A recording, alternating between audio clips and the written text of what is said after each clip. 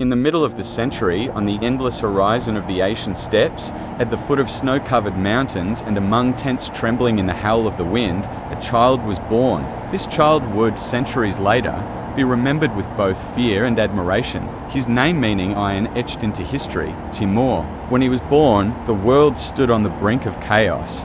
The Mongol Empire had fragmented, and bloody struggles for the throne had erupted among the descendants of Genghis Khan. Along the caravan routes of Central Asia, peace had given way to plunder and war, and this chaos would become the fertile ground for Timur's rise. Timur's childhood was harsh. The city of Kaish, near Samarkand where he was born, was under the rule of Turkic Mongol tribes close to major trade routes, yet vulnerable to invasions. In his youth, he learned archery, horseback riding, and the art of warfare.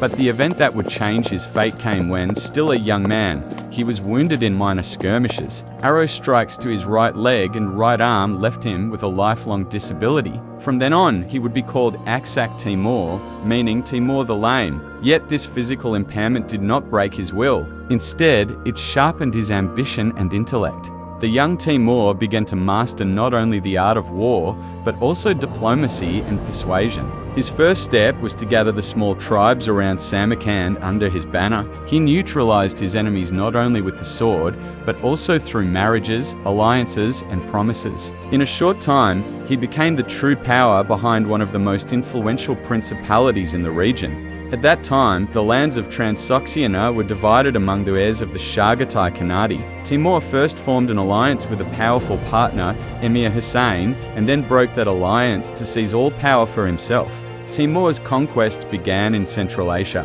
He developed a system of rule that blended Mongol traditions with Islamic culture. He knew the laws of Genghis Khan, but reshaped them according to his own rules. In every city he entered, he offered the people two choices: submit or be destroyed. This severity quickly made his name synonymous with fear. Khorasan, Khwarezm, Bukhara each fell under Timur's banner. Cities found order under his rule, but those who resisted were punished without mercy. According to legend, after crushing a revolt in Isfahan, he forced the city to its knees and then ordered a horrific tower to be built from the skulls of 70,000 people. This was not only an act of vengeance, but also one of the most striking examples of psychological warfare. But Timur's ambitions were not limited to Central Asia. Like Genghis Khan, he dreamed of uniting the world under a single empire. The first step toward this vision was to turn westward. Tokhtamish Khan, the powerful ruler of the Golden Horde, was initially Timur's ally. Together, they marched on Moscow and forced the Russian principalities to pay tribute.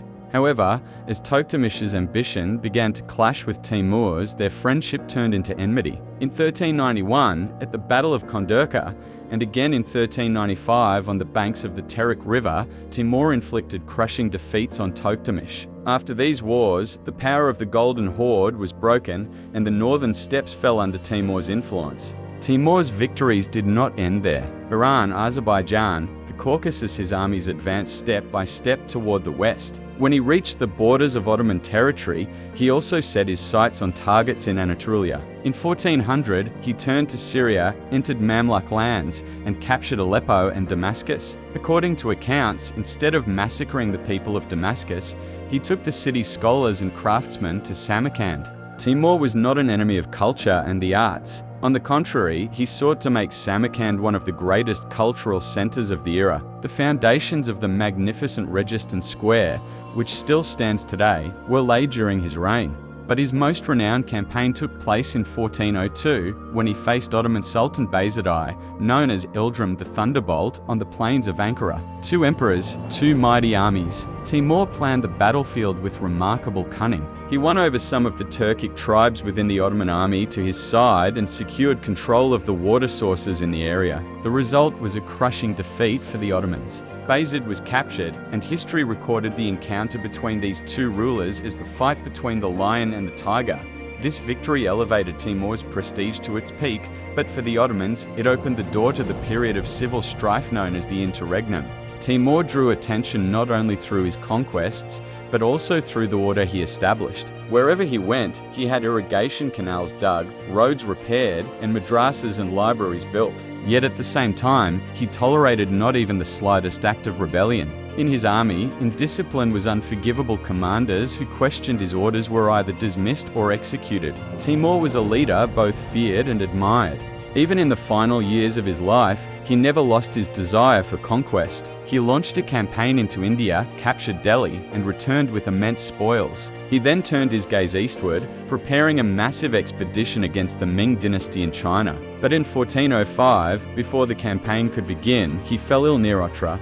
Legend has it that even on his deathbed, he kept his maps at his bedside and continued to give orders to his commanders. On February 17, 1405, at the age of 68, Timur passed away. Timur's death plunged the future of his vast empire into uncertainty. Yet the legacy he left behind was not only one of territory. Thanks to him, Samarkand had become one of the most magnificent cities of the Middle Ages, a thriving center of art, science, and commerce. One of his descendants, Babur, would centuries later establish the Mughal Empire in India, carrying forward Timur's bloodline and heritage. For historians, Timur remains a controversial figure. To some, he is among the most ruthless conquerors the world has ever seen. To others, he is the great statesman who reunited Central Asia and revived its culture and trade. But one fact is beyond dispute: he never lost a single battle.